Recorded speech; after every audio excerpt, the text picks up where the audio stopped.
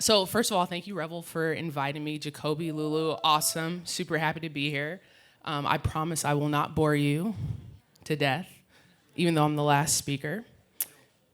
Awesome, thank you. So my name is Joy Hollingsworth. I'm from the Hollingsworth Cannabis Company. We're from Seattle, Washington, which when I'm on the East Coast and I say Washington, people are like, oh, I'm gonna come down and see you. You're in DC. Like, no. Seattle. And they're like, Seattle, Amazon. They're like, oh, okay, yeah, I got you. Starbucks, Costco, Microsoft. So I'm the co-founder of Hollingsworth Cannabis with my family. This is us here at our farm. We were established in 2013, 6 years ago. This is our 6th year, which is crazy to believe. So 3 things happened back in 2012. First, Barack Obama was reelected. I knew I was gonna get, this is that type of crowd, right? All right. And then second, legalization of gay marriage passed in Washington State. I knew. We're in New York. And third, cannabis, recreational cannabis. So you can imagine like the vibe in Seattle, right? My family's black, so they're happy with Barack. Oop, I've switched the slide. How do I go back? There we go. I'm gay, so I'm happy. And then last but not least, my brother, he was all into cannabis. So he's just like, yo, we have to jump into the industry. And I said, you're crazy. He said, no. Like, we can really do this. I said, dude, you just grow in a basement. It's like 100 square feet. What are you talking about 30,000 square feet? Like, what are you talking about? He's like, yo, we only have this window of opportunity. Let's try to create generational wealth, and let's do this. And so we went to our family, pulled together funds, pried that retirement out of my dad's hands, and said, come on, Dad, let's do this. And, 6 years later, here we are. So we believe in, thank you. So we believe in 3 main things, these 3 things, natural healing, plant power, and farming. My mother has chronic scoliosis. My grandmother's 98, and my uncle is paralyzed from the neck down. They had different paths using cannabis to be able to help alleviate some of their pain, quality of life. My uncle replaced 3 prescription drugs. My grandma smokes cannabis, and she eats plates of ribs all day to help stimulate her appetite, right? She's gonna be 99 in October. It's such a beautiful thing. And so that's really why we got into the industry. So we're 90 minutes outside of Seattle. We're tier 3. We're just a bunch of black people in the middle of Trump County growing cannabis. That's what we are. When people ask, well, who you are? Well, this is it. And guess what? All those Trump people, they smoke cannabis. They come at the farm. Some of them work there. They're our neighbors, and they love us, okay? So some of the products we have, flower, cannabis oil, pre-rolls, joints, infused joints, topicals, you name it, we do it. This is our brands. We have THC Co. We have Papa Vu. My brother, we came up with that brand, and it's our premium line because my brother said when he was little, he would say Papa Vu because he couldn't say Papa, would you? So I was like, yo, let's turn this into a brand. I kind of like it, and it's cute. And so here we go. We have our joystick, which is obviously named after their favorite child, my parents' favorite child. And then we have Elio, which is our CBD hemp line as well. Who we are, our values. Solar power energy. So we can grow for $9 in power a day, believe it or not, in 30,000 square feet just because we're utilizing one of the greatest natural resources. I'm not up here to tell you is indoor better or outdoor, none of that. We could not afford to grow indoors in Washington State because what the difference with our state and everyone else is you cannot be vertically integrated. So we cannot sell direct to consumer. We can only wholesale to retailers, and then they pass it on to the consumer. Plus, we have one of the highest taxes in the country at 37%. I know, Washington State's eating right now, right? We should have nice roads and schools. Salaries have gone up in the state, Anyways, and so we knew we had to do solar power.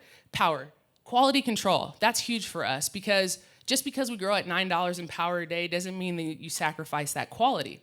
So from the time that plant is cloned all the way from the time that you as the consumer open up that bag to consume that cannabis, we wanted to make sure that you were having a quality experience. Plus, we're putting our name on everything. That was huge for us. So I'm putting my name on this. It better be good, or else you're going to be like, yo, aren't you that chick that has that company and the weed was trash? No. That's not going to happen. Rich soil. that's huge for us, and we call it a medium because we want to make sure that these plants spend that life cycle, 6 to 8 weeks in that life cycle, in those in their bags. We wanted to make sure they had a beautiful home besides the greenhouses. So the soil's packed with cocoa coir, earthworm castings, crushed oyster shells, everything you could possibly think of. That's their home for 6 to 8 weeks. Sustainable resources. We buy local, reuse, and recycle. We come from a state where we won't even put salt on the roads because it affects the salmon. So you can imagine just in Washington State, everyone wants a low carbon footprint. Top genetics. When we first started, we had 87 strains. Can you imagine that was a packaging nightmare? And everyone's like, well, why? Well, first of all, we're growing in one of the hardest places to grow, humidity-wise. Second, it rains all the time. So our grow season is from May all the way to October. And second is that we had to figure out what we could process best, what grows best for us. So the strains that work well for us might grow different from somebody else.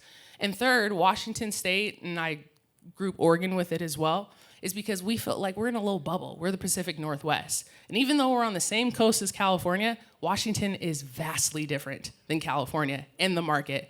I could have came up here, usually I'm wearing some Birkenstocks and, just whatever. That's not California. Well, some places, Humboldt probably.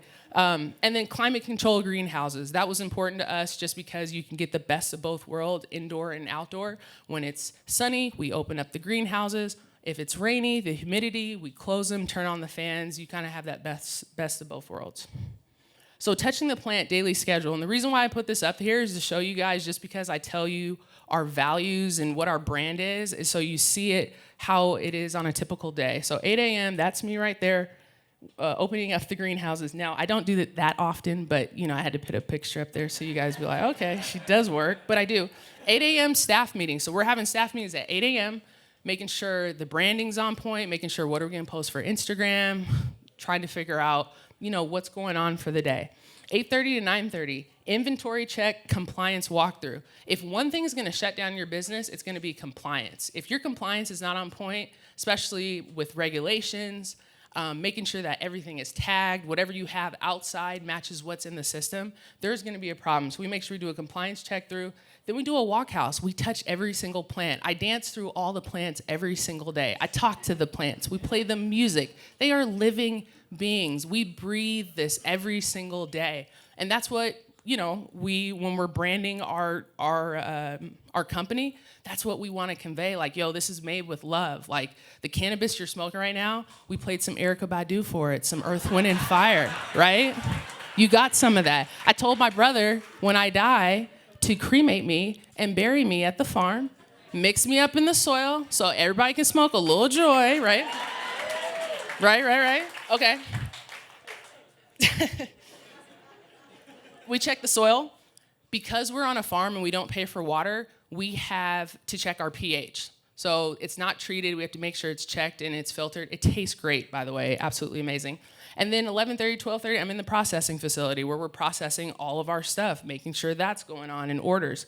Then from 2 to 3, I'm jumping over to our hemp processing, which is 90 minutes away, to make sure that we're doing all of that stuff correctly. So touching the plant, greenhouse cultivation, best of both worlds, climate control, you utilize the sun for energy. Blackout system, so our blackout system, I don't know if you guys are familiar with that, but that allows us to be able for the plants to sleep 12 and 12. Some people do different times, but what that does is we're able to harvest one greenhouse a week all the way from May through the end of October, which is called Croptober usually. And we're able to harvest between like 50 to 70 pounds of cannabis every week. And that's what we're doing constantly, all day, every day. These are our products. So, when we thought about branding our piece and trying to figure out what we wanted to do, it was more about what the market in Washington looked like, which really was everyone was doing black and green. That was everywhere, black, green, black, green. And we wanted to come out with just a little bit of color. We're a vibrant family. We wanted to be able to express our brand through our packaging, and that's through colors. So as you see, we had our color for our indica sativa hybrid. We do boxes for our pre-rolls. We have our joystick that's in standard, what do you call those? Joint tubes.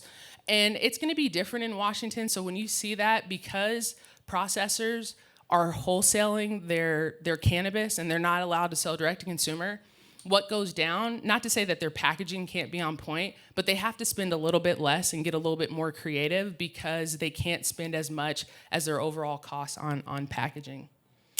These are the products that we do, which are the pre-rolled joints, the flower, that's our oil right there in the middle, our CO2 oil, our joystick, and then our Elio and our Hero line, which is coming out soon with my cousin Nate Robinson for athletes. So that's pretty exciting. And then stay connected with us. This is how you stay connected. This is my 98-year-old grandmother, and the reason why I put this picture up here, and this is very important, because people always say, hey, when did you guys, and I have to wrap up here because it's a red light, and this is the perfect time to wrap up. When did you guys start? I say 2013. But my grandma was born in 1920. She was born in South Carolina on the same farm that her ancestors were slaves. She migrated to Seattle.